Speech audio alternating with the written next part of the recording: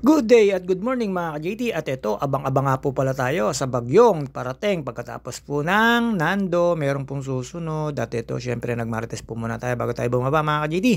At nakita ko po yung mga yan, kamarites kong yan, at nakita ko si Joema na luksong bakla ang sports. At nakita ko rin po ang kapatid niya na si Bulok, na si Laili Denise Nuno mga ka-JT. Wala raw po siyang pasok. Hindi ko po alam kung bakit walang pasok po ngayon, pero alam ko sa Friday pa or Saturday ang dating ng bagyong parating na may signal number 3 or 4. Yan po ang mga napapanood ko na viral. Pero syempre, pinaka-viral yung sa patawag ng mga senado, mga ka-GT. Kanya-kanya po tayong yun nga po, nakikinood lang tayo pero hindi tayo nakikisawsaw. At syempre, ito, bumaba po tayo pagkatapos po natin magkape. Nanood po tayo nung vlog nung Jan Tabales. Ewan ko, kala mo sikat. Di pa naman sikat, laos na mga ka-GT. Hindi ko po alam kung bakit ko lagi pinapanood yun. Hindi naman ako natatawa sa mga vlog niya. Pero syempre, marites mo muna tayo. Kaya po sarado ang pinto na yan. Nakikinig po tayo ng mga kamarites sa labas. At yun, sawi po tayo. At nung paglabas ko nga po ay nakita ko ang aking pinsan. May nakaredy na raw akong alam mo na sa Techinomics. At nakita ko po doon at pinuntahan ko po. Syempre, kumuha ko ng inaalikabok ko ng lagayang alam na dis. At yung chef nga pala na pupuntahan ko at kasama si Chef Elvira Gutierrez na napaka galing magluto, kaya lang lagi hinahanap ng kumpare ko, hindi ko po alam. Napakaganda kasi ni Elvira Gutierrez Malabanan, napakahaba ng hair. Isang A naman dyan, GT sa kalam. At yun nga po, eto, nag-aantay pa rin po tayo at naghahanap ng mga imamartes, pero wala po tayo na imarites mga GT hanggang sa nakita ko si Bay Manugang ni Ate Lorna. At yun nga po, hindi tayo pumunta sa ating kamaritisan. At dito po, ayan, pagbukas ko po ng pinto, hindi na po tayo pumunta sa aming ilog sa pre-resort dahil ayaw ko po magmarites. Dahil ngayon nga po ay nakita ko ang aking pinsan. At kumuha po ako ng ulam, mga ka-GT.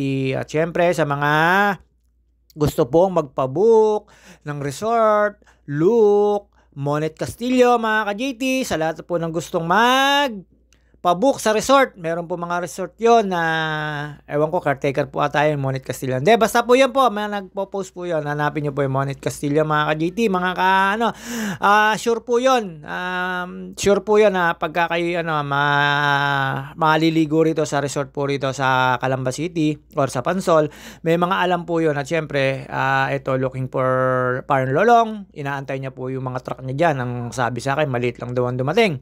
Syempre, sa dami ba naman ng serbisyo ng mga truck ng basura, buong Calamba naman ba naman, syempre, hindi minsan magkukulang. At ulitin ko po, kung gusto nyo po magpabook sa sa mga resort dito, Look, Monet Castillo, ate ko po yon. At yun nga po, may mga kilala po yun na may resort, mga ka-GT. At syempre, legit po yun, legit na meron pong alam na resort, mga ka-GT. At syempre dito, antay-antay lang po tayo na may mamarites. Kung wala po tayo na mamarites, at yan po yung kinatatakutan dito, mga ka-GT, lalo na yung aking mga kamarites, ang mga Bombay, araw-araw hulog. Kaya yun, medyo pinagtataguan sila. At yan, mga ka-GT, meron na yan, mga regular po yan na nagtitinda po ng islayan. Galing po yan dun sa pero ngayon, galing na po yan dyan sa pinagbebentahan nila. At syempre, ayan si Joshua, PJ. Yung po mga galing sa labas po yan, ay yan po yung mga pauwi na po nakapagtapos na po magtinda ng kanilang mga huli na isda sa mga small fisherman yan. Kaya lang wala po tayo maitulong dyan at wala naman din po tayong kakayanan. At yan, nakita ko na naman po yung aming poste, sumosobra na po ang tagilid, medyo nakakatakot na,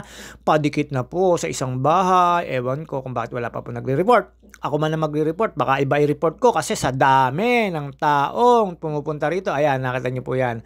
Dalayin ko na rin yung aking tawag dito, lagayan doon sa Kitchenomics niya. Tapos ayun, nakita ko si Tol BJ, galing po sana, lagi namimiyos po yan talaga, nadaan dito po yan. Ayan, nagkausap po. Siyempre mga JT, at nung nalaman ko na nagluluto na, eto na, JT is the key. At yan, dumamo na ako sa isa kong kumare na napakaligalig.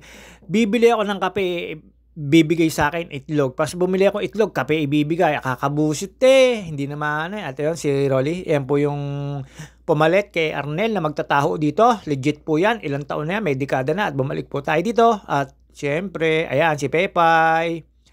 Nakita nyo mo si Pepay, nakita na, nakaway pa yan. Nakita nyo naman po. Tapos siya si sister, ang sabi sa akin, maliit daw yung short niya, ayan, mapapanood ka na. Ne-edit ko na ngayon at ipopost ko. Siyempre, ayan, si sister yan, mabait yan. Lalo dati, sa akin, mabait yan. At dito po, kaliwa lang po tayo. Alam na this. Op. Lagayan. Nagkamali ako, isa lang lagayan ko. At alam na this. Nayo ay nasa isang, excuse me po, lunok JT.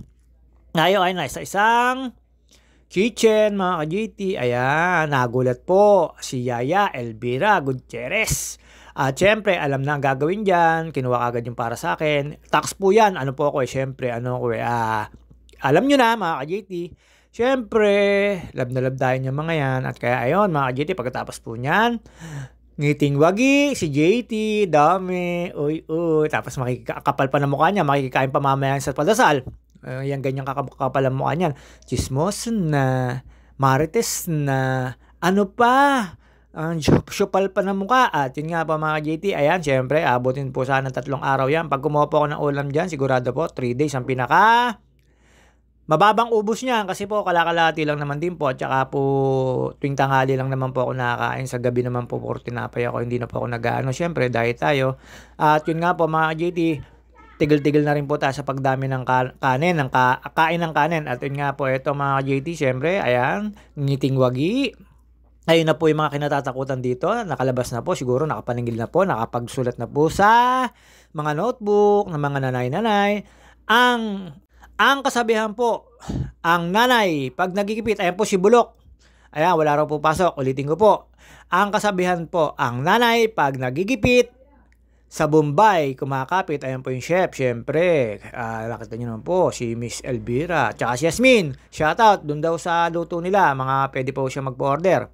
At syempre, ayun nga po, ulitin ko, at ito pa isa pong kasabihan, ang binata, pag nagigipit, sa bakla, kumakapit, mga ka-GT, at yun nga po, syempre, sa sariling pananaw lang at joke-joke lang po yun. Ayan mga JT, nakita nyo naman po, nagkakakumpulan na, nagkakachismisan na. At syempre, lumabas tayo, kala ko meron na. Nako, ngiting sa JT, hindi man lang marites, uy, payat na, may pangan na, tapos ano na, lubog na ang pisngi, parang lubog na sa baha. At dito po, ang dami ko pong nakita, agang-aga, left and right and left, na mga kagaya kong may dimple, hindi ko alam kung saan po sila pumupunta. At syempre, pag ganito pong araw, hindi po tayo nagtatanong. Basta sa gabi na tumambay dyan, mahirap na po. Alam naman po natin, pagka tayo nagtanong, mas maganda, detalyado mga ka-JT. At yun nga po, si Bay, nakita ko, at galing kay Ate Lorna sa kanyang biyanan. At syempre, hindi po natin nakakuha ng video yung mga yon. At hindi po tayo punta sa makakamarites ko. Si Ate Pina, si Ate Lab, si Ate, basta yung mga nasa ilog dyan, mga ka-JT. At alam nyo naman po, plantita tayo, dilig-dilig ng konti, peeling. Tapos nagmo-monitor po talaga ako kung may bagyo bang darating. Ang galing po kasi ng Pag-asa.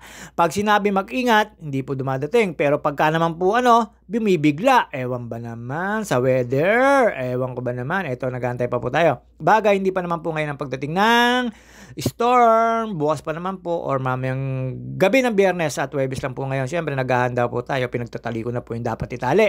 At hindi ko lang po maitali dito yung mga kapitbahay ko dahil siyempre nag-aantay ako na makinig sa kanila pero wala po.